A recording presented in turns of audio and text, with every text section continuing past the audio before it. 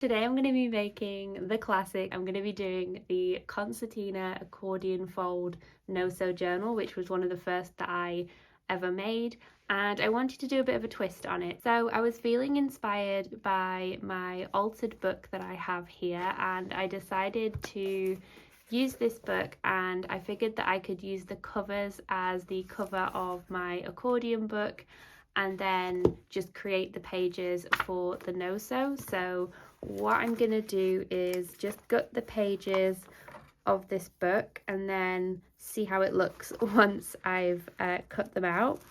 I might need to put some tape on the edges of this. There we go, that was a lot easier than I thought it would be. You never know when you're actually doing these things on camera how it's going to turn out when you're filming them. So just taking out the insides of my book here. Now obviously there's so many like beautiful pages in this, so I'll use this for like collage and all sorts of bits and pieces. So I'm just going to set that to one side, and then what I'm going to do is just cut off the spine of this book because we don't need it as it's no-sew, and to be honest it's not like the best quality spine, like there's nothing special going on about it, so I don't feel too bad. And the covers themselves, like as you can see, they are quite plain.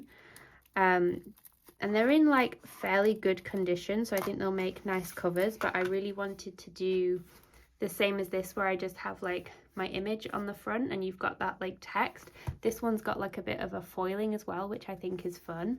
So I've just cut this one here and you can see it's got a bit of a like raw edge, but I think when we come to add in our pages in a minute, you'll see how you're not really going to notice too much of this. And to be honest, it kind of gives it that like junk journal, like rustic effect anyway.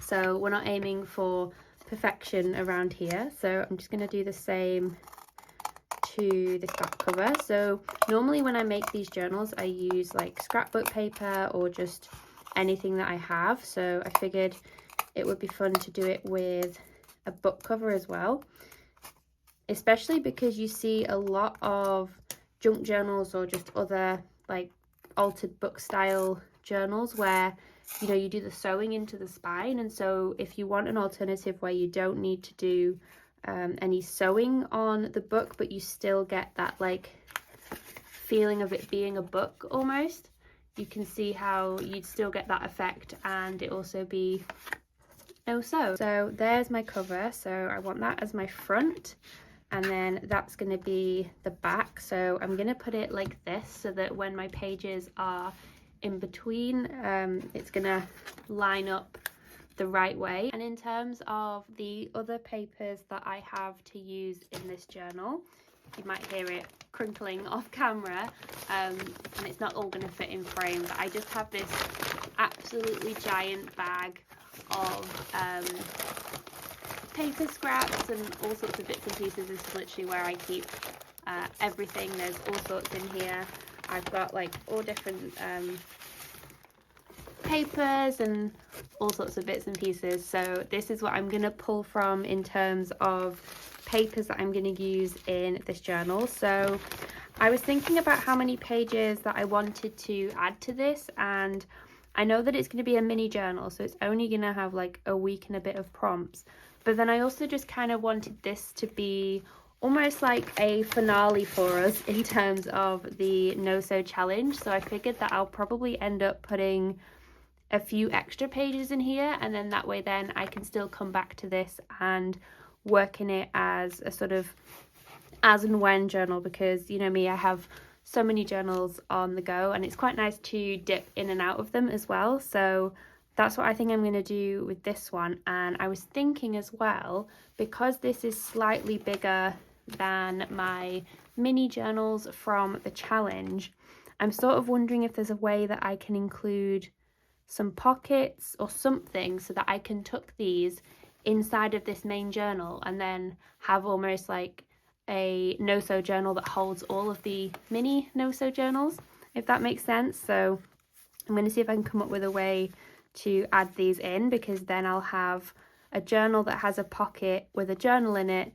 that has a pocket with stuff in it, and I just think that that would be the perfect amount of chaos for the No Sew challenge, and how I've been approaching all of these prompts in such a roundabout way. So in case you haven't made one of these concertina style journals before, I'm just going to show you kind of the basic folding method that we're going to do for this. But the main thing I think is just a little bit of practice, and sometimes it takes a little bit of getting the hang of the way that the papers fold. But then once you get the hang of it, you'll start creating a journal that has loads and loads of pages, because essentially we're just going to create one big giant strip of papers in between the two covers, and you just do this by assembling literally any papers you have. So other than using your cover as a guide for the size of your papers, you can use any size papers you want, and you'll see how we then patchwork and collage them together to make the right size for this journal. So I'm going to start by using this bag just because it's the perfect size for the cover. You don't have to have something that is precisely the right size, but I just think this would be perfect for starting us off. I'm just going to glue this to the cover, and all I'm going to use is a glue stick. This is my brand of choice. I will always use a Pritt Stick glue stick, but feel free to use, you know, whatever glues are available to you, because I think this is a UK brand. We always used to use this in school, and then I think I've just like continued to use it. I know Mod Podge I think is popular, especially in the States, and is it Elmer I think is quite a big brand as well, but it's just a glue stick and it tends to work pretty well for me. I've never had anything come off, and if it does peel off, like, you can just glue it back. Like, I'm not creating anything that's archival. I'm literally just, you know, having fun with some papers in my journal. So let's just add this onto here, and I'm just gonna line this up so that it fits nicely. So as you can see, we've got that on there, and the general premise when you're adding your papers is that you're obviously going to want to do the fold so that it is this way.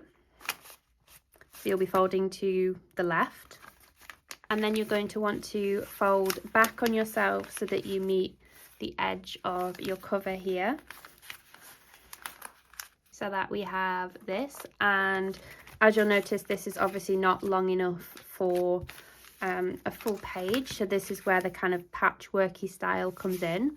So you can literally just take like any sheet of paper. So I've just got this piece here. You can see it's like too short for the page, but I'm just going to glue this to my existing piece of paper here.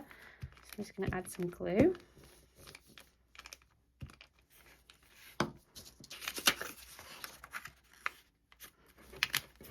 I'm just going to line this up as best I can. You might find that this sort of style of journal is a little bit wobbly, but honestly I quite like the imperfection of it all anyway.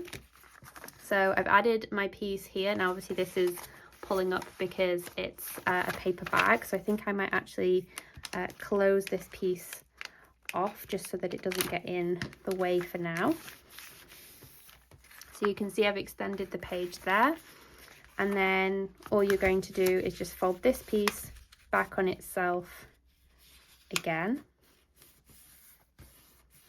So that will fold there, and then you just want to like fill in all of the blanks that you have, so however small or large they end up being. So for example, this piece, I might want to, I could like add this just here and then come in with another piece behind it. So let's just do that because I really like this image. I think that might look nice on this page. So I'm just going to add my glue. So you can see it really builds up a nice like patchwork effect of a journal, and it's great for scrap busting because of all those like odd shaped papers that you might have that you think, how am I going to use that, you know, in a project like this. Is literally just something that's an offcut, and I could come in on the other side here and I could, you know, just add it to this section here. Perhaps it's obviously not going to fit the entirety of the page, but you can just build up all of these little pieces and create these patchwork journal pages. And I also like to include washi tape as a way of, you know, sort of patchworking all of these different pages together. So in fact, let me just hang that over there, because then I'm going to add my next piece. I'm thinking maybe some brown paper. This is a little bit on the thinner side, but I quite like the texture that it gives. So let me just peel this up so I can hold that in position whilst I glue it down over the top of this piece here. So obviously the way that you construct it will completely depend on what papers you have available, what size you're using. My only tip would be to try not to use papers that are too thin, just because you might struggle a little bit in terms of how they're going to like fold, because if they're too brittle, then they might tear, and we don't want that for the base pages of our journal.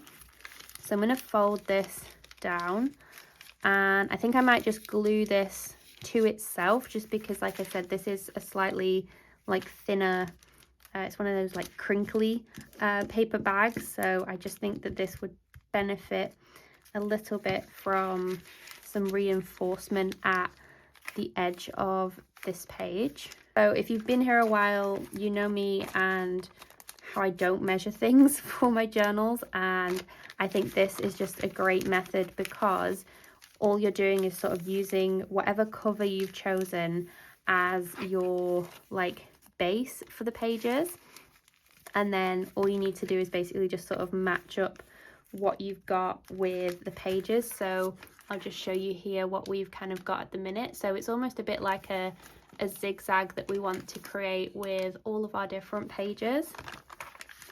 And you know, if you've got pieces coming up like I have, then obviously add in some extra bits of glue, and I might even come in with some clear sellotape just to reinforce, but I think that this is okay for now. So once you've started adding your pages and you've got this sort of zigzag fold going on, all you need to do is basically just continue until you've got however many pages you'd like for your journal, and then we will connect the cover. So I'm just going to go ahead and add some more pages to this journal.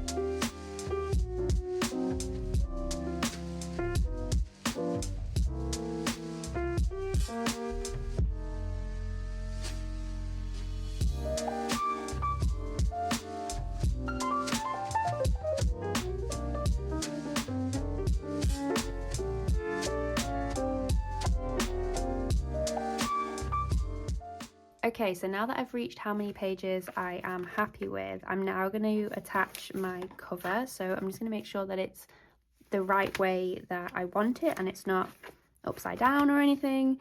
And then I'm simply going to add this as if it was the next piece of paper that I was adding, and just make sure that it is lined up here on the edge. And to be honest, I think I might get away with how the edge of this looks. I could add some washi tape, I suppose, but I think between adding this piece and let's pop it this way around, I think if I put it about here, maybe that way around. I kind of want the imagery though. Just trying to think about the best way to do this. So I think I'm going to pop it about there. Let me just add my glue so I can start positioning it. So I just want to make sure that there's enough on this side of my cover so that when I come to fold it, it will be okay. And these are overlapping, but that's fine because it's only going to help to reinforce the papers that I've got, especially on these last few pages where they're sort of attached to the cover, so you don't want them obviously to peel away easily when they are attached to the cover.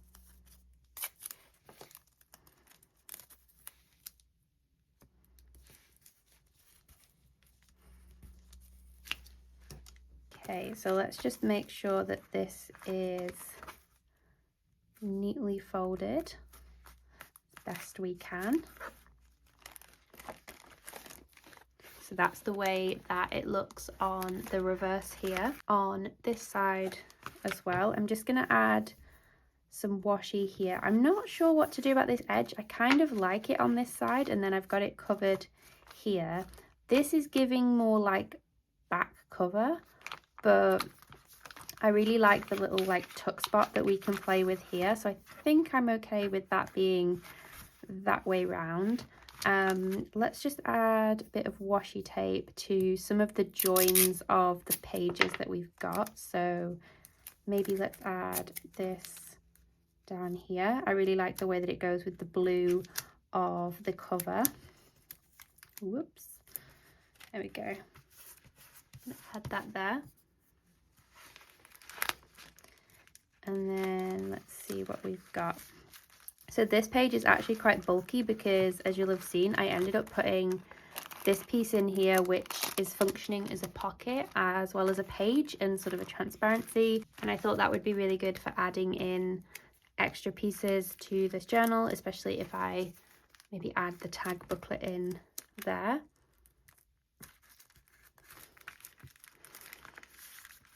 And I just really like the way that the washi tape kind of complements some of the joins that you have in the pages. As I'm going through as well, I'm just making sure that all of the folds are sort of the way that I want them and pressed down sort of neatly or fairly neatly. So this is the finished no-sew journal ready to work in for this week's prompts, and I'll just show you here the pages that I've got for this to work in.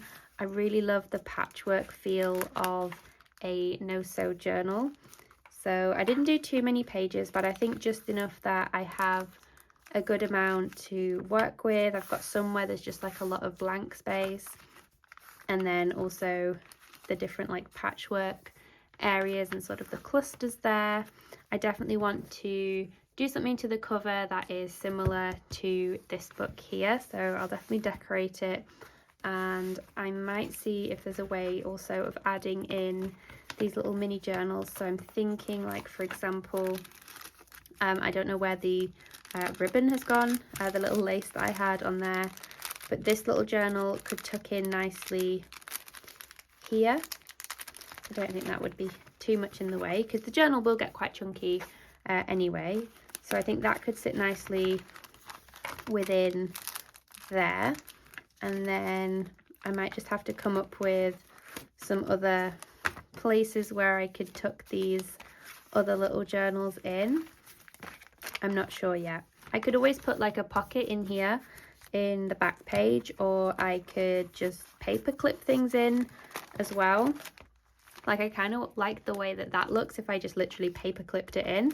And just that way then all of my little journals are sort of within the bigger journal. Not sure how I'm going to do it with this one because this one's obviously like a much larger journal, a little chunky. As you can see, it kind of does that number to the journal. So I don't know if this will work on all of them, but I also kind of really like the way that this is full of all the things I've been working on. And then of course I'm going to work on the final week of prompts in this as well. So I hope you enjoyed joining me for making this journal, and I'll definitely be sharing how I work in this for the last week of the No Sew November prompts.